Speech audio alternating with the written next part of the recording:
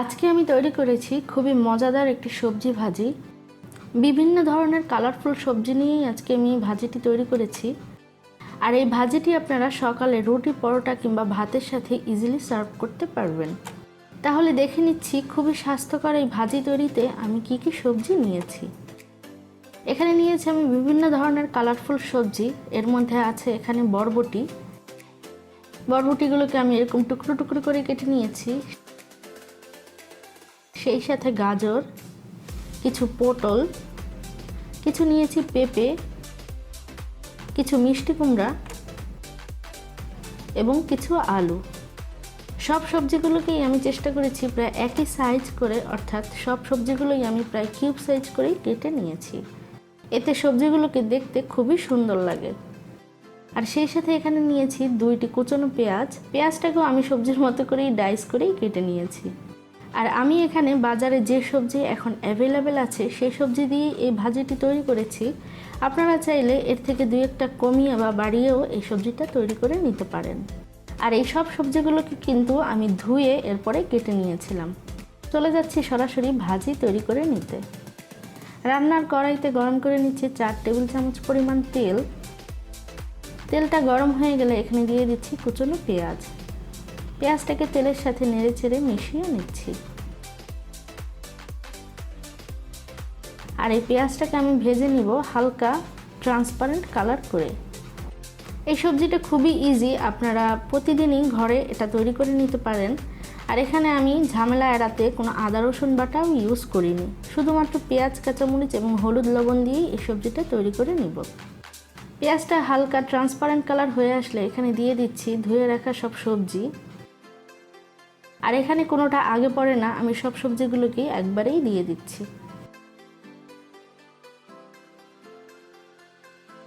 সবজিগুলো দিয়ে আমি তেল এবং পেঁয়াজের সাথে নেড়েচেড়ে মিশিয়ে নিচ্ছি।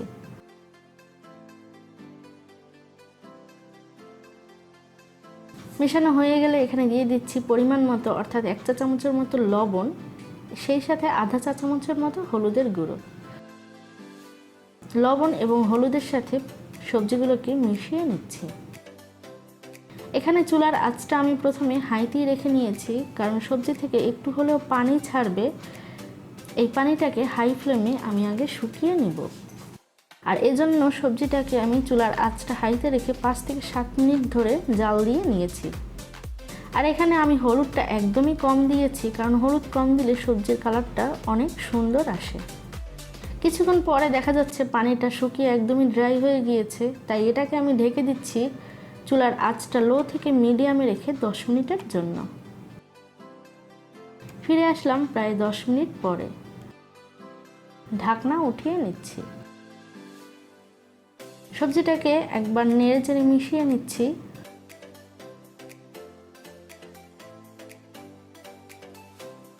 আর সবজিগুলো একটু চেক করে দেখছি সবজিগুলো খুব ভালোভাবে সিদ্ধ হয়নি, অর্থাৎ এখানে আলু এবং পেঁপেটা চেক করে দেখলেই হবে, তাহলেই বোঝা যাবে সব সবজি সিদ্ধ হয়ে গিয়েছে।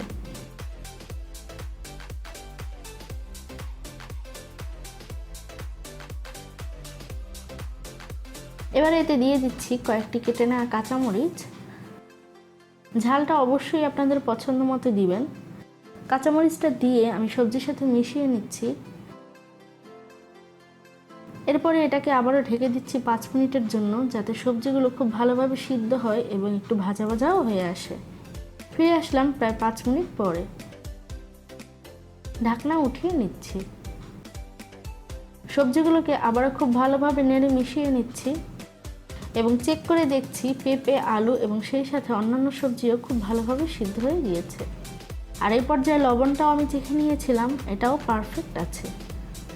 যেহেতু সবগুলো সবজি খুব ভালোভাবে সিদ্ধ হয়ে গিয়েছে এবং সবজিটাও খুব ভালোভাবে ভাজা ভাজা হয়ে এসেছে, চুলার আঁচটা বন্ধ করে দিচ্ছি এবং সেই সাথে তৈরি হয়ে গেল আমার খুবই মজাদার এবং স্বাস্থ্যসম্মত সকালের নাস্তার জন্য ভাজির রেসিপি।